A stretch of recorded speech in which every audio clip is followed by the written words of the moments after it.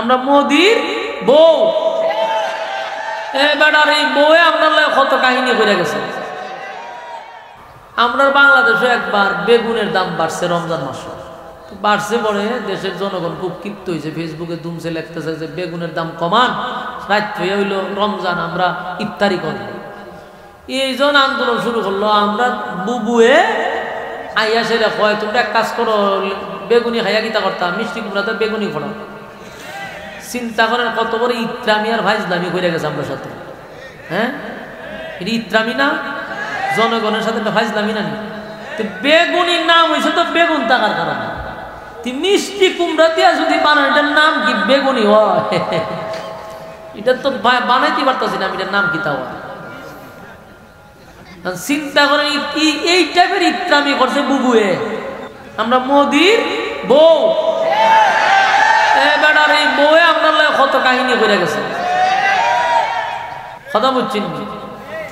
এই বেচারি এরপরে বাড়লো চাউলের দাম। আরেকদিন এই বক্তব্যের মধ্যে বলতেছে চাল যেহেতু বেশি দাম বেড়ে গেছে, আপনারা আলু খান, আলু তো সস্তা আছে, আলু আর চাল বলে হই।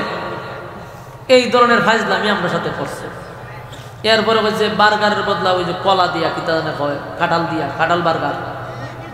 হ্যাঁ, মুরগির দাম বেড়ে সিঙ্গাপুরে কাঁঠাল খান, কিতা কিতা কয় বুঝছেন নি? হ্যাঁ, পেঁয়াজ চারও খাওয়ান যায়। মানে এটা একটা পুরো ফাইজলামি করছে দেশটার মধ্যে, ইত্রামি আর ফাইজলামি। দেশের জনগণ কি বিষয়টা ভালোভাবে নিছে? এ মানুষ ক্ষিপ্ত হয়েছে। যারা বোঝাইতে চাইছিলাম, মনোযোগ আছেন আপনারা? প্রত্যেকটা মানুষ হিসাব দিতে হবে, আর হিসাবের লাগিয়া ফেরেশতা আমরা সাইজ করে না। ফেরেশতার কাজ হইল মানুষকে সেভ করা, আর আমাদের কাজ হইল ভালো মন্দ দুইটা করার, দুটা করার আল্লাহ বুদ্ধি আমাদেরকে দিছে, দুটা করার স্বাধীনতা দিছে। চাইলে ভালো কাজ আপনি করতে পারবেন। এই যে মাহফিল আসছেন, এটা একটা ভালো কাজ আসছে। এখান থেকে বাইরে আপনি উরুষে গিয়ে নাচানাচিও দেখতে পারবেন, অধিকার আপনার আছে, সুযোগ আপনার আছে, ফাও আছে, হাঁটার জন্য সুযোগ আছে। চাইলে নর্তকীর নাচও দেখতে পারেন, চাইলে মাহফিলও বসতে পারেন, সিদ্ধান্ত তো আপনার।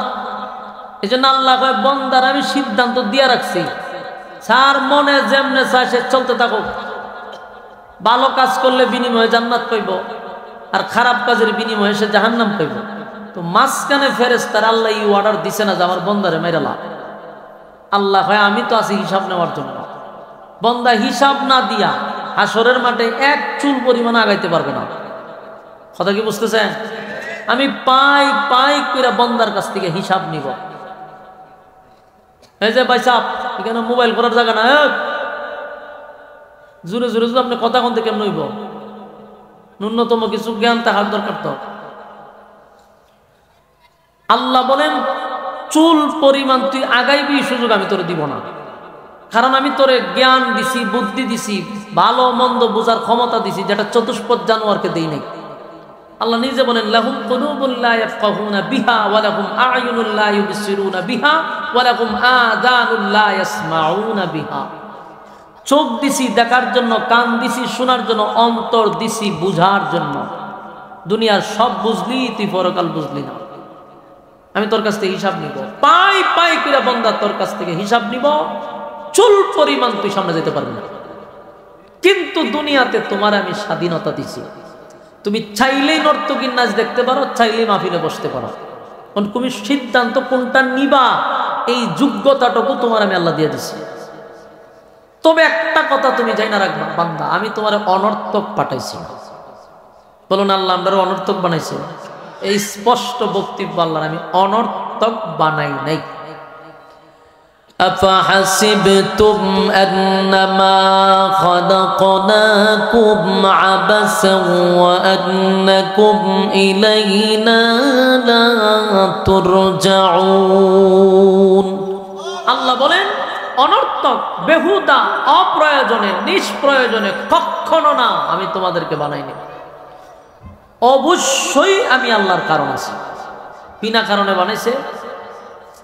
আফাহাসিবতুম আন্নামা খালাকনাকুম আবাসা, এই আবাস শব্দ দিয়ে আল্লাহ বলেন কখনো না। তোমরা কি মনে করছো অনর্থক? না, প্রশ্নই আসে না। অনর্থক বানাবো কেন? তাহলে কেন বানাইছেন? আল্লাহ কয় ওমা খালাকাতুল জিন্না ওয়াল ইনসা ইল্লা লিয়াবুদুন। আল্লাহ স্পষ্ট বক্তব্য দিতেছে, মানব দানব দুই জাতি বানাইছি গোলামির জন্য। সুবহানাল্লাহ আসেনি? তাহলে প্রশ্ন আল্লাহরে করছি, কেন বানাইছেন? আল্লাহ কি কয়? গোলামির লেগে বানাইছি। তুই গোলামি করবি এই জন্য তোর বানাইছি। এখন আপনি যদি কোন বলে আল্লাহ গোলামি করতাম না, এরপর আল্লাহ বলে রাখছে, ওয়ালাকাদ যারানা লিজাহান্নামা কাসীরাম মিনাল জিন্নি ওয়াল ইনস। আল্লাহ কয় বহু মানুষ এবং জিনকে আমি আগুন দিয়ে ইচ্ছা মতে জ্বালাবো আর পোড়াবো। তাহলে এই বক্তব্য বোঝা যায় আল্লাহ আপনারা ছেড়ে দিবে না। বলুন ছেড়ে দিব? ছেড়ে দিবে না। জনমের সাইজ করা আল্লাহ করবে। আল্লাহ বলেন ওয়ালাকাদ কাররামনা বানি আদম। মানুষকে আমি সম্মান আর মর্যাদা বেশি দিছি, সৃষ্টির শ্রেষ্ঠ বানাইছি।